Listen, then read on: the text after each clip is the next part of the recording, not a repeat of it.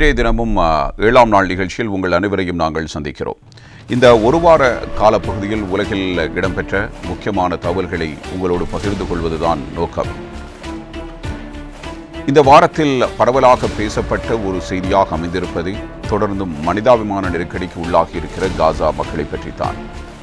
இந்த காசா மக்களுக்கு உணவு விநியோகிப்பதில் இஸ்ரேல் காட்டி வருகிற முரண்பாடான தீர்மானங்கள், ஏற்கனவே ஒரு போர் நிறுத்தம் வந்து அதற்கு பிறகு மார்ச் மாதத்திலிருந்து மீண்டும் காசா மக்கள் மீது போர் தொடுத்து வருகிறது இஸ்ரேல். ஒரு பக்கம் அமெரிக்கா ஒரு 60 நாட்களுக்கான போர் நிறுத்தத்தை கொண்டு வருவதற்கான முயற்சியையும் எடுத்து வருகிறது. இல்லாவிட்டால் அது ஒரு 6 மாத காலம் நீடிப்பதற்கான வாய்ப்பும் இருக்கிறது. ஹமாஸ் இது பற்றி ஆராய்ந்து வருவதாக கூறியிருக்கிற நிலையில் ஒட்டுமொத்தமாக ஹமாஸை ஒழிக்க வேண்டும் என்பதாக கூறிக்கொண்டு இஸ்ரேல் அப்பாவி மக்களை இலக்கு வைத்து தொடர்ந்தும் பாலஸ்தீனத்தின் காசா மண்ணில் தாக்குதலை மேற்கொண்டு வருகிறது. மனிதாபிமான மிகப்பெரிய நெருக்கடியினை அந்த மக்கள் இப்போது எதிர்நோக்கி இருக்கிறார்கள். யாரும் உதவுவதற்கு முன்வருவது போன்றும் தெரியவில்லை. உலக நாடுகள் மௌனம் காத்து வருகிற ஒரு சூழ்நிலையில் இடையிடையே அறிக்கைகள் மாத்திரம் வந்து கொண்டிருக்கிற ஒரு நிலையில் காசா மக்களுக்கு உதவப் போவது யார் என்ற கேள்விகள் எழுகின்றன. வைத்தியசாலைகளை மூடுமாறு உத்தரவு பிறப்பிக்கப்படுகிறது.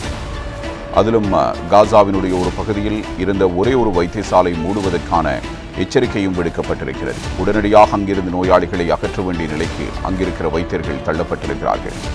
ஒரு பக்கம் வைத்தியர்களுக்கு நோயாளிகளை பார்த்தால் பாவம். காரணம், தொடர்ந்து வருகிற இந்த தாக்குதல்கள் மூலம் அங்கிருக்கிற மக்கள் சொல்லொன்னா துயரங்களை அனுபவித்து வருகிறார்கள்.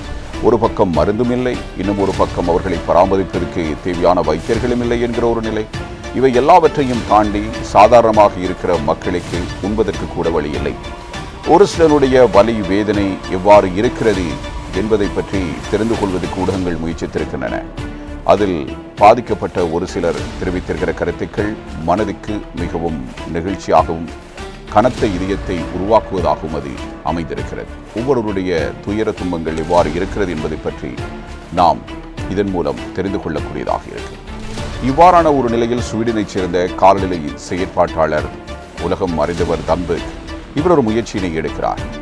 அதாவது இஸ்ரேலுடைய கட்டுப்பாடுகளையும் மீறி ஒரு கப்பலில் நிவாரணப் பொருட்களை ஏற்றிக்கொண்டு இன்னும் ஒரு பிரபலமான நடிகரையும் இணைத்துக் கொண்டு அவர் காசா மக்களுக்கு உதவுவதற்கு முன்வந்திருக்கிறார். உலகமே மௌனம் காத்து வருகிற இந்த நிலையில் அவருடைய இந்த செயற்பாடு பலரது கவனத்தையும் ஈர்த்திருக்கிறது.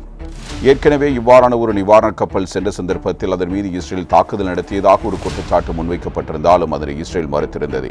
இப்போதும் துணிச்சலாக இவர் இந்த செயற்பாட்டை முன்னெடுத்திருக்கிறார்.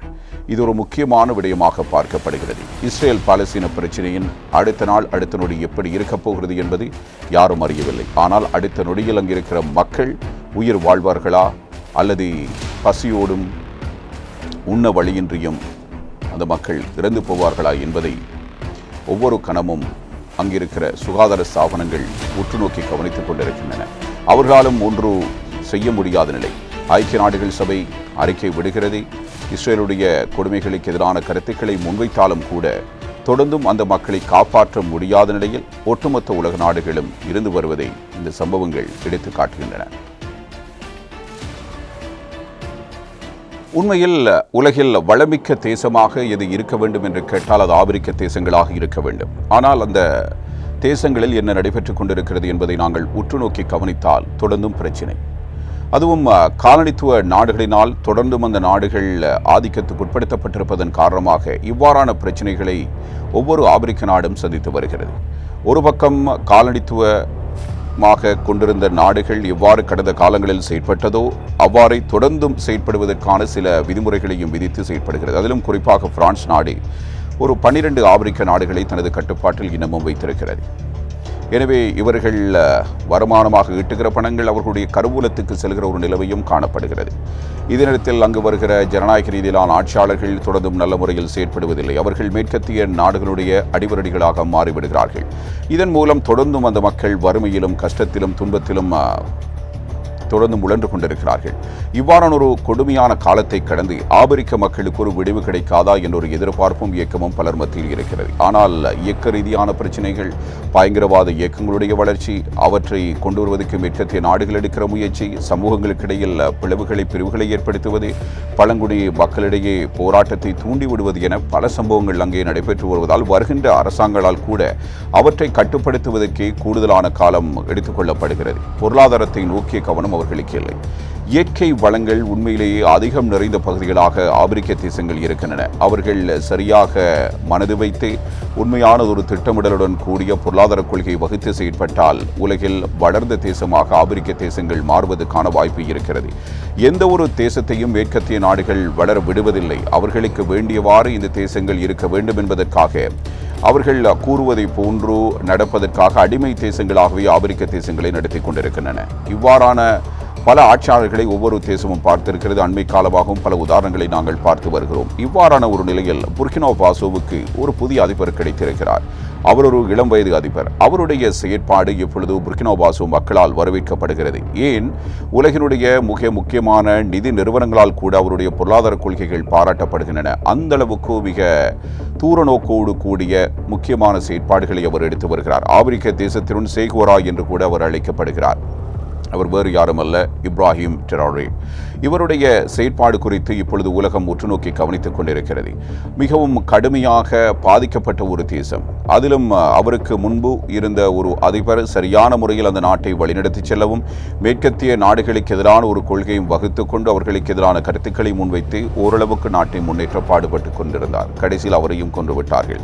இப்போது இராணுவத்திலிருந்து வந்திருக்கிற இப்ராஹிம் ட்ரௌரேக்கும் அதே அச்சுறுத்தல்கள் காணப்படுகின்றன. ஆனாலும் அந்த தேசத்தை கட்டி எழுப்ப வேண்டும், ஆப்பிரிக்க தேசம் உலகின் கவனத்தை ஈர்க்க வேண்டும் என்பதற்காக பல முயற்சிகளை எடுத்து வருகிறார். அவருடைய ஒரு செயற்பாடுகள் தொடர்பில் மக்கள் மத்தியில் நல்ல விழிப்புணர்வு இருக்கிறது, இளைஞர்கள் மத்தியில் வரவேற்பு இருக்கிறது. அதே நேரம் ஒரு சில நேரங்களில் அவருடைய செயற்பாடுகள் தொடர்பில் மேற்கத்திய நாடுகளூடாக சில விமர்சனங்களும் முன்வைக்கப்படுகின்றன. எது எப்படி இருப்பினும் ஆப்பிரிக்காவுக்கு கிடைத்திருக்கிற ஒரு புதிய வெளிச்சமாக இப்ராஹிம் ட்ரௌரே பார்க்கப்படுகிறார். 2022 பிப்ரவரியில் தொடங்கியது யுக்ரைன் ரஷ்ய போர். 3 ஆண்டுகளை கடந்து இந்த போர் இன்னமும் சென்று கொண்டிருக்கிறது. இந்த போரை முடிவுக்கு கொண்டு வருவதாக டொனால்ட் ட்ரம்ப் அறிவித்திருந்தாலும் யுக்ரைன் ரஷ்ய போர் தற்போதைக்கு முடிவுக்கு வருமா என்ற சந்தேகத்தை எழுப்புகிற வகையில் ரஷ்யாவினுடைய தாக்குதல்களும் யுக்ரைனுடைய தாக்குதல்களும் அதிகரித்துக் கொண்டே செல்கின்றன. எவ்வாறு இந்த போரை தடுத்து நிறுத்துவது என்பதுதான் உலகிற்கு இருக்கிற மிக முக்கியமான சவால். ஒரு பக்கம் மேற்கத்திய நாடுகள் யுக்ரைனை ஆதரித்துக் கொண்டு ரஷ்யாவுக்கு எதிரான நிலைப்பாட்டை எடுத்து அந்த நாட்டுக்கு எதிராக பொருளாதார தடைகளை விதித்து செயற்பட்டாலும் யுக்ரைன் நேட்டோவோடு இணைந்துவிடக் கூடாது என்பதற்கான ஒரு அச்சுறுத்தலை விடுப்பதற்காகவும் யுக்ரைனுடைய பகுதிகளை ஆக்கிரமிப்பதற்காகவும் ரஷ்யா இந்த போரை தொடுத்தது. உலகில் பலருடைய கவனமும் ரஷ்யா இந்த போரில் ஒரு 7 நாட்களில் ஒரு 10-15 நாட்களில் வெற்றி கொண்டு விடும் என்று எதிர்பார்த்தாலும் 3 ஆண்டுகளை கடந்த அளவுக்கு யுக்ரைன் எதிர்த்து போரிட்டு வருகிறது என்றால் அது எந்தளவு தூரம் யுக்ரைன் பலமாக இருக்கிறது என்பதை காட்டுகிறது. ரஷ்யா பல பகுதிகளை தனது கட்டுப்பாட்டில் கொண்டு வந்திருந்தாலும் கூட யுக்ரைனுடைய இந்த பலத்துக்கு மிக முக்கியமான காரணம் மேற்கத்திய நாடுகளுடைய நிதியுதவி, ஆயுத உதவி, அதிலும் குறிப்பாக அமெரிக்காவினுடைய தலையீடு. யுக்ரைனை தூண்டிவிட்டதே ஜோ பைடன் தான். எனவே ஜோ பைடனுடைய தூண்டலில் தான் ஜெலன்ஸ்கி ரஷ்யாவுக்கு எதிராக போரிட துணிந்திருக்கிறார், தொடர்ந்தும் போராடி கொண்டிருக்கிறார். அதற்கு ஏனைய ஐரோப்பிய நாடுகளுடைய ஆதரவையும் அவர் தொடர்ந்தும் கோரி வருகிறார். இதற்காக ஒரு தியாகத்தை அவர் செய்து வருகிறார். எது எப்படி இருப்பினும் புட்டினும் எடுத்த முடிவில் உறுதியாக இருந்து இந்த போரை தொடர வேண்டும், யுக்ரைனை தன் கட்டுப்பாட்டுக்குள் கொண்டு வர வேண்டும் என்பதற்காக அதிதீவிரமான முயற்சிகளை எடுக்கிறார். இதன் மூலம் பாதிக்கப்படுவது என்னமோ ரஷ்யாவினுடைய யுக்ரைனுடைய பொருளாதாரம் தான். இந்த 2 நாடுகளும் ஒரு கணம் சிந்தித்து பேச்சுவார்த்தை மூலம் இந்த பிரச்சனைக்கு தீர்வு காண முற்பட்டிருந்தால் அது எந்தளவு தூரம் சாத்தியமாக இருக்கும் என்பது தெரியவில்லை. எனவே யுக்ரைனுடைய பகுதிகளை ரஷ்யா கேட்காமல் இருக்கவும் மாட்டாது. எனவே யுக்ரைனுடைய பகுதிகள் தங்களுக்கு வேண்டும் என்ற நிலைப்பாட்டிலே இருக்கும். எனவே யுக்ரைனுக்கு இருந்த அவசரம், நேட்டோவில் இணைய வேண்டும் என்ற விருப்பம்தான் இந்த போருக்கு மிக முக்கியமான காரணம். ஒருவேளை யுக்ரைன் நேட்டோவில் இணைந்தால் அது ரஷ்யாவுக்கு மிக பெரும் ஆபத்து. அத்தனை நாடுகளும் ரஷ்யாவை தாக்குவதற்கு வரும் என்ற அச்சத்தின் காரணமாகவே ரஷ்யா இவ்வாறு முடிவினை எடுத்திருந்தது. அவர்களை தடுக்க வேண்டும் என்பதுதான் மிக முக்கிய நோக்கம். இது எப்படி இருப்பினும் 2 நாடுகளிலும் போர் வீரர்கள் இப்பொழுது தொடர்ந்தும் போரிட்டு வருகிறார்கள். கடந்த வாரத்தில் நாங்கள் பார்க்கும்போது 4 கிராமங்களை ரஷ்யா கைப்பற்றியிருந்தது. இந்த வாரத்தில் ட்ரோன் தாக்குதல்களை மேற்கொண்டு யுக்ரைன் ரஷ்யாவை மிரட்டியிருக்கிறது என்றே கூறலாம். இந்த போரை முடிவுக்கு கொண்டு வருவதற்கான வாய்ப்புகள் மிக மிக குறைவு என்கிற ஒரு சூழ்நிலை காணப்படுகிறது. ஒரு பக்கம் பேச்சுவார்த்தை, இந்த சர்ச்சைகளுக்கு மத்தியிலும் இந்த சலசலப்புகளுக்கு மத்தியிலும் பேச்சுவார்த்தை நடைபெற்றது. அதுவும் ஆரோக்கியமானதாக முடியவில்லை. எனவே ட்ரம்ப் கூறியதை போன்று இந்த போரை முடிவுக்கு கொண்டு வருவாரா என்ற எதிர்பார்ப்பும் ஒரு பக்கம் இருக்கிறது. அவர் புட்டினோடு பேசுகிறார். அதில் யுக்ரைனுக்கு ஆதரவான நிலைப்பாட்டிலும் இல்லை, ரஷ்யாவிற்கு ஆதரவான ஒரு நிலைப்பாடு இருக்கிறது ட்ரம்பிடம். ஆனால் இந்த போர் எப்படி முடிவுக்கு வரும் என்பது தெரியவில்லை. எது எப்படியோ அமெரிக்கா எப்போதுமே ஒரு கணக்கு வைத்திருக்கும். தாங்கள் செலவழிக்கிற பணத்தை எவ்வாறு ஒரு நாட்டில் முதலீடு செய்கிற பணத்தை மீட்டெடுக்க வேண்டும் என்பது அமெரிக்காவுக்கு தெரியும். அந்த வகையில் யுக்ரைனில் இருக்கிற கனிம வளங்களை பெற்றுக்கொள்வதற்கான ஒப்பந்தத்தை ஜெலன்ஸ்கியோடு அவர் ஏற்கனவே ட்ரம்பும் ஜெலன்ஸ்கியும் சந்தித்த பொழுது ஏற்பட்ட சர்ச்சைகள் உங்களுக்கு தெரியும். இதற்கு மத்தியில் அதற்கான நடவடிக்கைகளை ட்ரம்ப் எடுத்திருக்கிறார். இவ்வாறு எடுத்ததன் மூலம் யுக்ரைனுடைய நிலப்பகுதியிலிருந்து கனிம வளங்களை, அதாவது செலவழித்த பணத்துக்கு ஆயுதங்களை விநியோகித்ததற்காக யுக்ரைன் செலுத்த வேண்டிய நிதிக்காக இவ்வாறு கனிம வளங்களை பெற்றுக்கொள்கிற முயற்சியில் அமெரிக்கா ஈடுபட்டிருக்கிறது. எனவே ஒரு போர் யாரால் ஏற்படுத்தப்படுகிறதோ அவர்களுக்கு அது லாபத்தை கொண்டு சேர்க்கிறது. போரில் ஈடுபடுகிற நாடுகளுக்கு அது பாதிப்பை கொண்டு வருகிறது என்பதற்கு இந்த ரஷ்ய யுக்ரைன் போர் மிக முக்கியமான உதாரணம். பிரிட்டனிடமிருந்து சுதந்திரம் பெற்ற நாடுகளில் ஒன்று மொரிசியஸ். இந்த நாடு சுதந்திரம் பெற்றது 1968 அங்கு சாக்கோஸ் என்கிற ஒரு தீவு இருக்கிறது. இந்த தீவினை மொரிசியஸுக்கு சுதந்திரத்தை கொடுத்த சந்தர்ப்பத்திலேயே 3 மில்லியன் யூரோக்களை அந்த நாட்டுக்கு வழங்கி பிரித்தானியா பெற்றுக்கொண்டது. இந்த நிலையில் இது தொடர்பில் வழக்கு விசாரணைகளும் இடம்பெற்று வந்தன. எனவே சுதந்திரத்துக்கான விலையாக இதனை மொரிசியஸ் கருதியது, அவ்வாறே வழங்கியும் இருந்தது. இப்போது ஒரு பலத்த சர்ச்சை உருவாகி இருக்கிற நிலையில் இங்கிலாந்து மீண்டும் அதனை மொரிசியஸுக்கு வழங்குவதற்கான தீர்மானத்தினை எடுத்திருக்கிறது. அதனிடத்தில் சில இராணுவ நிபந்தனைகளை இங்கிலாந்து விதித்திருக்கிறது.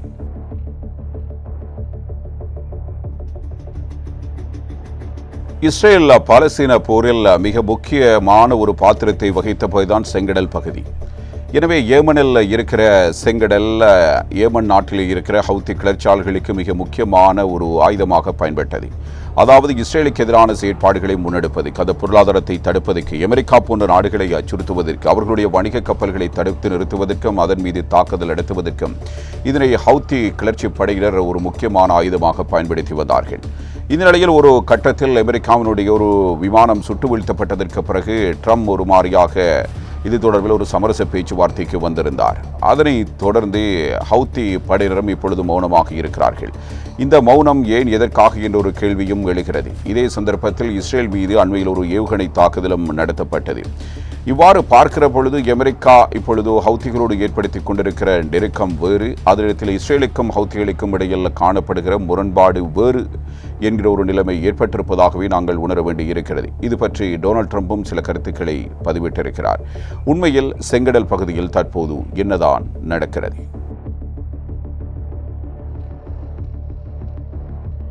ட்ரம்பினுடைய வரி விதிப்பு கொள்கை ஒவ்வொரு உற்பத்திகளிலும் ஒவ்வொரு வகையான பாதிப்புகளை ஏற்படுத்தி வருகிறது. ஆப்பிள் நிறுவனத்தை பொறுத்தவரையில் அதன் அதிகளவான உற்பத்திகள் சீனா மற்றும் இந்தியா போன்ற நாடுகளில் நடந்து வருகின்றன.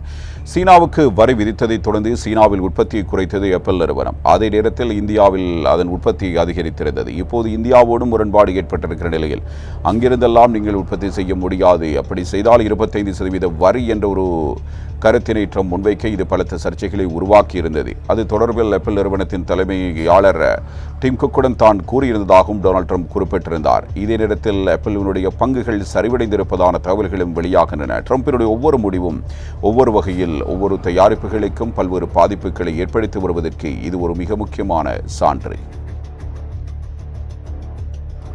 இத்துடன் இந்த வாரத்தின் 7ஆம் நாள் நிகழ்ச்சி நிறைவுக்கு வருகிறது. தயாரிப்பில் உதவிய ஹஃபீஸ் அவர்களுக்கு நன்றியினை கூறி நிகழ்ச்சியிலிருந்து விடைபெற்றுக் கொள்கிறோம். மற்றும் ஒரு நிகழ்ச்சியில் மீண்டும் சந்திப்போம் என்ற நம்பிக்கையோடு நன்றி, வணக்கம்.